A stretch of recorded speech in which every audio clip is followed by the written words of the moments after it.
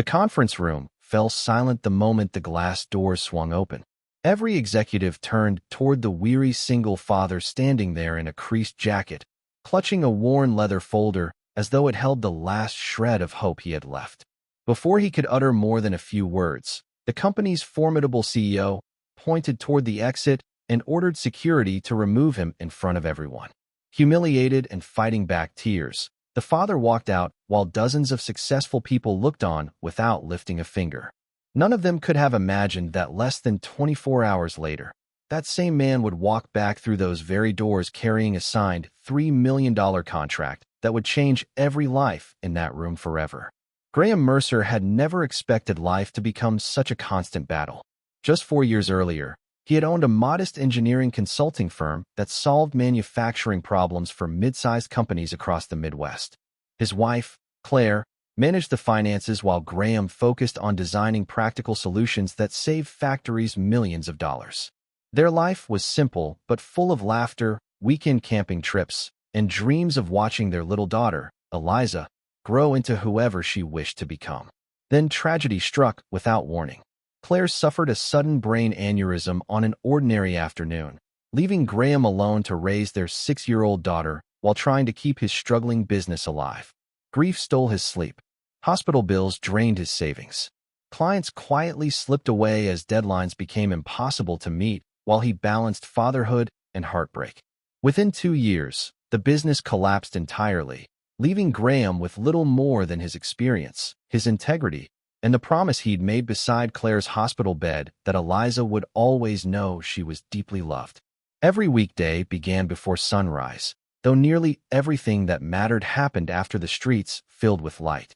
Graham made breakfast, braided Eliza's hair despite never quite mastering it, packed her lunch, and smiled even as worry trailed quietly behind him.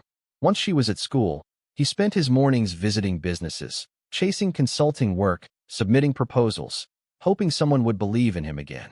Rejection became so familiar he could read it in a receptionist's expression before she even spoke. Still, he refused to stop, because every rejection simply meant another chance might exist somewhere else. One bright Tuesday, Graham learned that Halcyon Industrial Systems was seeking outside consultants to improve production efficiency across several facilities. The project was enormous, and winning it could rebuild his entire career.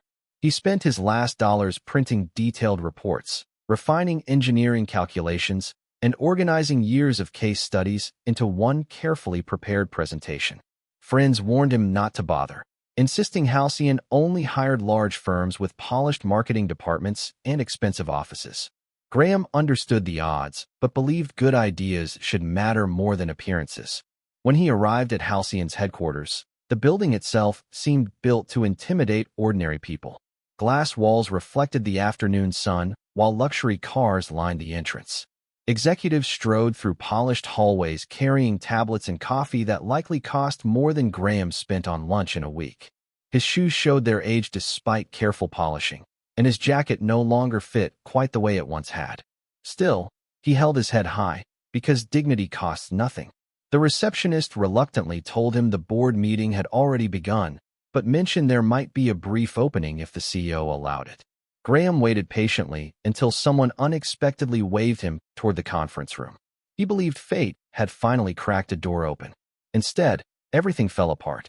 The CEO, Preston Holloway, was known for demanding perfection and radiating a confidence that bordered on arrogance. He glanced at Graham for barely a few seconds before noticing the worn briefcase and inexpensive clothes. Without asking about the proposal or glancing at a single page, Preston assumed Graham was just another desperate salesman interrupting an important meeting. In front of department heads, investors, and senior executives, he dismissed the father as someone wasting valuable corporate time. Security escorted Graham toward the lobby while whispers filled the room. Graham never argued. He simply gathered the papers that had slipped to the polished floor, thanked the guard for treating him with respect, and walked outside into the warm afternoon sun. Several employees watched from the windows. Most returned to their work without a second thought. One young operations director named Rowan Ellis couldn't shake the look on Graham's face.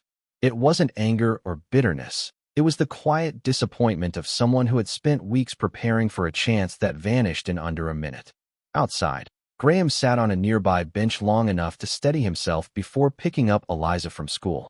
She ran into his arms with the same joyful smile she gave him every afternoon, never knowing how much strength her hugs gave him. She proudly showed him a drawing of their small apartment with the words, "Home is wherever Dad is." Graham smiled through tears, realizing success had never been measured by money alone. The next morning, sunlight poured through the apartment windows as Graham checked his email while Eliza colored beside him. Among dozens of unanswered applications sat one unexpected message from Rowan Ellis.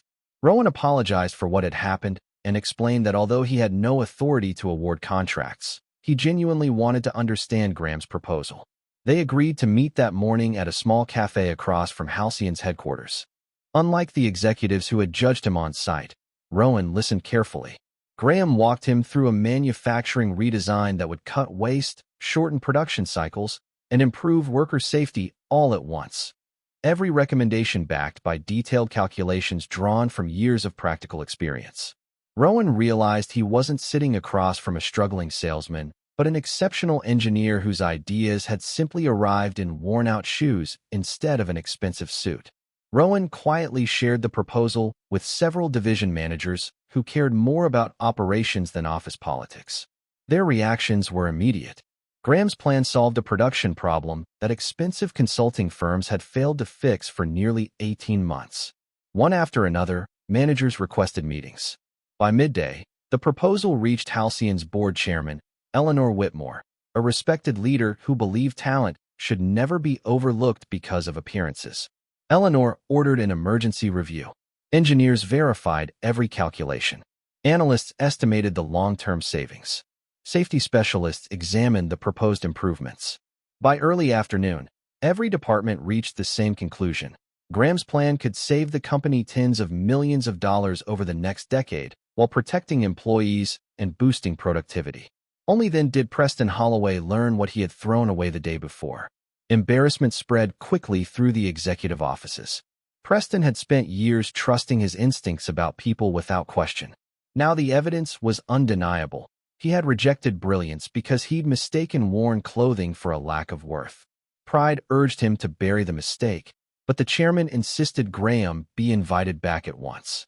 When Graham returned to headquarters the next morning, he walked through the same doors where security had escorted him out less than a day before. This time, everything felt different. Employees greeted him warmly. Executives rose as he entered the conference room. The same table that had witnessed his humiliation now held a freshly drawn contract worth $3 million, covering multiple consulting projects across Halcyon's national operations. Preston stood there longer than anyone expected. His confident voice carried an unfamiliar humility as he admitted he had failed as a leader by judging someone before understanding his character or ability. He acknowledged that the company's greatest opportunity had nearly walked away because of his own assumptions. Graham listened quietly, recognizing genuine regret where many others might have seen only wounded pride. The contract itself meant far more than money.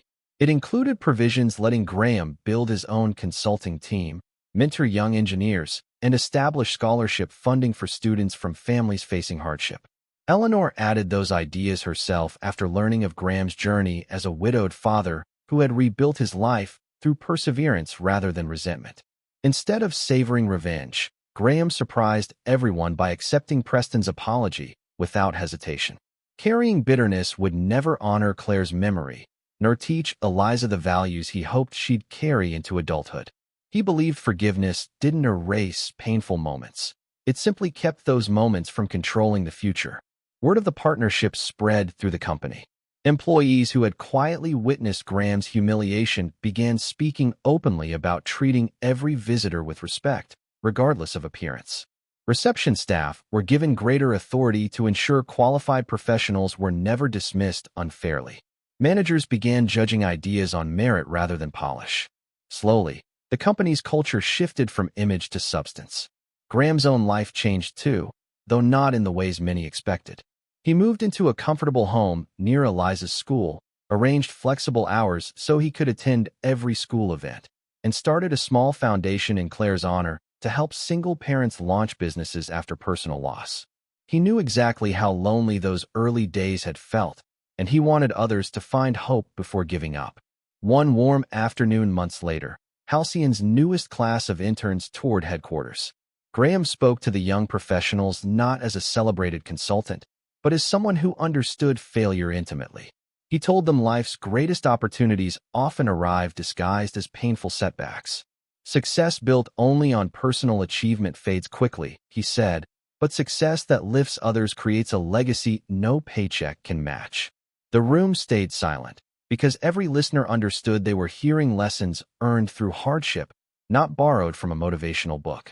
Eliza, now smiling with the confidence only a loved child carries, waited nearby holding another drawing.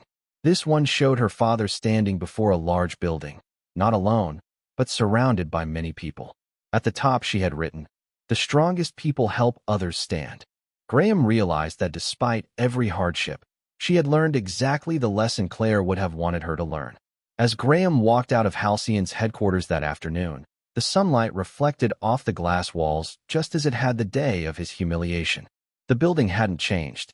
The streets hadn't changed. Even the entrance looked exactly the same. What had changed were the hearts of the people inside. One leader learned that appearances reveal almost nothing about true ability. One company rediscovered the value of humility.